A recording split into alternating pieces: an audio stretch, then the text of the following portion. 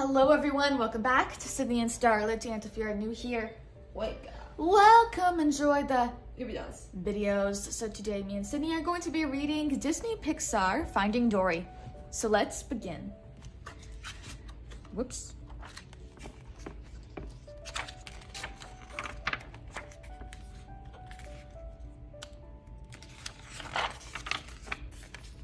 Young Dory lived with her parents in a coral cave.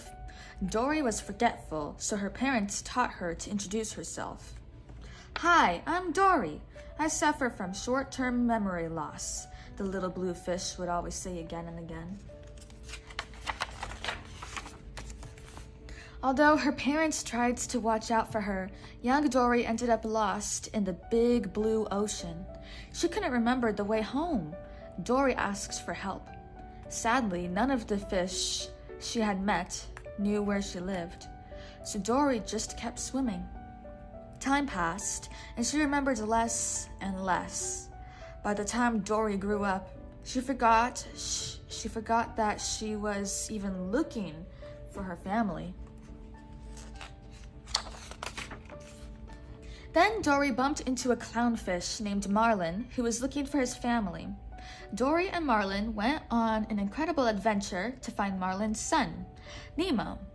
Afterward, the three fish always looked out for each other in the Great Barrier Reef.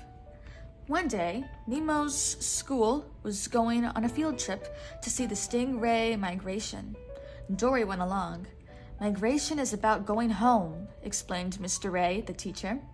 Something tickled Dory's memory. Home. My family. Where are they? She wondered. She didn't have much time to think about it. The class was leaving. During the field trip, Dory was swept up by the undertow created by the migrating stingrays. A memory of her family flickered in her mind before everything turned black. When she awoke, the memory was gone. After the class returned home, Nemo told Marlin that while Dory was passed out, she had been saying, "The Jewel of Morro Bay, California." Dory's memories flooded back. "My family! I remember my family!" she shouted. Dory began to swim away.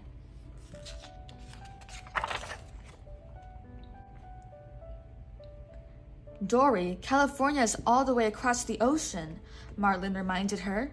It didn't matter. Now that Dory remembered her family, she missed them. "Do you know what that feels like?" she asked Marlin. Marlin looked at Nemo. "Yes, I know what that feels like." "You can get us all the way across the ocean, right?" Nemo asked his dad. "No," said Marlin, "but I know a guy." Crush, a sea turtle, happily helped the fish ride the current all the way to California. In the bay, Dory heard a voice say, "Welcome to the Marine Life Institute. We believe in rescue, rehabilitation, and release." Because Dory was tangled up in some garbage, she was rescued, taken to the aquarium, and given an orange tag. The tag meant she was being sent to Cleveland. That night, an octopus named Hank introduced himself. Hank easily sneaked around the Marine Life Institute. MLI. "I have to get to the Jewel of Morro Bay, California, and find my family," Dory told him. "That's this place," replied Hank. "The Marine Life Institute." Dory was in the right place after all. Hank wanted to go to Cleveland, so they made a deal.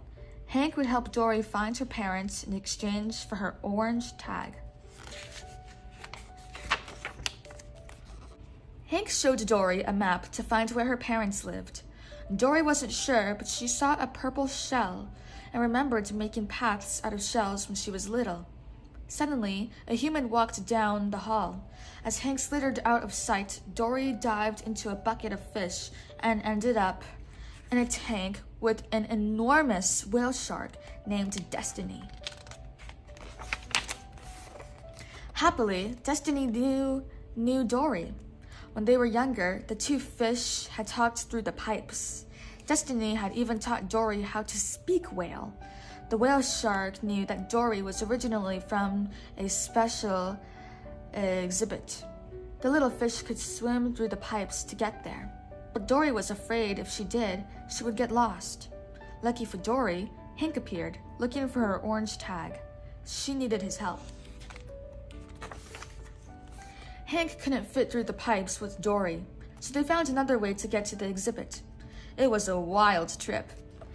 Once they made it to the exhibit, Dory gave Hank her tag. "You know, I think I'm going to remember you," Dory proudly told him. "You'll forget me in a heartbeat," Hank chuckled. "I'll have a hard time forgetting you, though," he added softly. Hank was going to miss his new friend. After Hank left, Dory followed a path of shells to her childhood home. She now remembered being pulled into a pipe and separated from her parents when she was little. Sadly, her parents were gone now. Some crabs explained that all the blue tangs, like Dory, were being sent to Cleveland. Dory would have to swim through the pipes. She tried and got lost, so Dory called out to Destiny for help. Luckily, Destiny's neighbor, a beluga whale named Bailey, could use sound waves to see through the pipes and guide Dory. Better still, Dory bumped into Marlin and Nemo, who had made their way into the aquarium. Marlin believed they would find Dory's parents. "And when you do that, you'll be home," he told her. Suddenly, Nemo realized something. "Does this mean we have to say goodbye to Dory?" he whispered. "Yes, Nemo, we do," Marlin answered softly. It made them sad, but they knew that Dory belonged with her family. The three friends sneaked into tanks in the loading area, but Dory's parents weren't there. Long ago, they had escaped into the ocean to find her.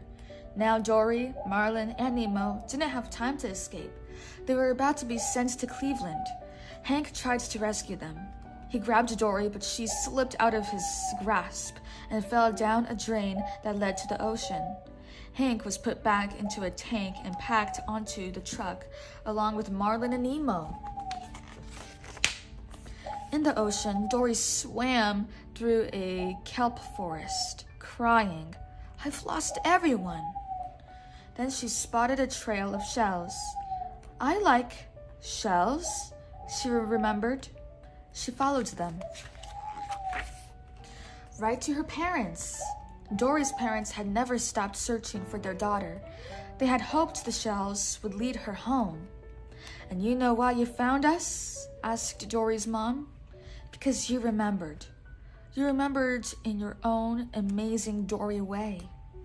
Dory was happy until she remembered that she had another family too, and they were heading to Cleveland.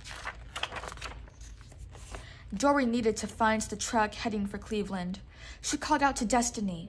The whale shark asked Bailey to use his sound waves to find Dory. "She's right outside the Institute. We gotta jump," Bailey shouted. Both whales jumped over the wall and into the ocean. Bailey located the truck, which was heading for a nearby bridge. If only there was a way to stop traffic, wished Bailey. "Stop traffic," Dory repeated, thinking. "I got it," she cried. She swam over to the others. It was time for action. Destiny launched Dory onto the bridge while the others climbed up the side. Atop the bridge, Dory shouted, "Cuddle party!" The otters hugged each other, stopping traffic. "So cute," cooed the people in their cars. Meanwhile, one of the otters sneaked Dory into the back of the MLI truck. Dory found Marlin and Nemo. "I couldn't leave my family," she explained, but the truck's driver chased the otters away. "There goes our ride," realized Dory. Marlin had an idea.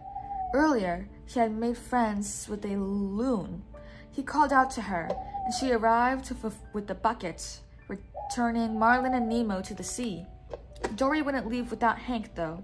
After all, he was family too. She convinced him to come with her. Working together, Dory and Hank scared off the driver and took the truck. Because of their crazy plan, the truck ended up flying into the air and the doors opened. All of the creatures fell into the sea, including Dory and Hank. Dory's entire family, all of them, returned to the Great Barrier Reef, and the little blue fish couldn't remember ever being happier. The end! Wait, hold on. What is this? Going home. Dory's parents made paths out of shells to help their daughter find their way home. Which of these 3 paths will lead Dory to her family? The answer is the second one, right here. There we go.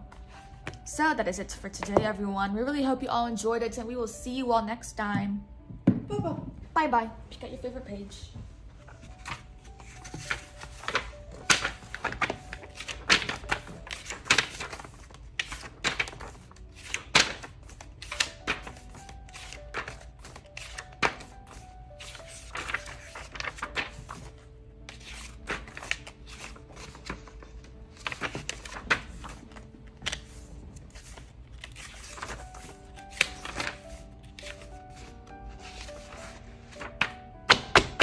That's a very good page.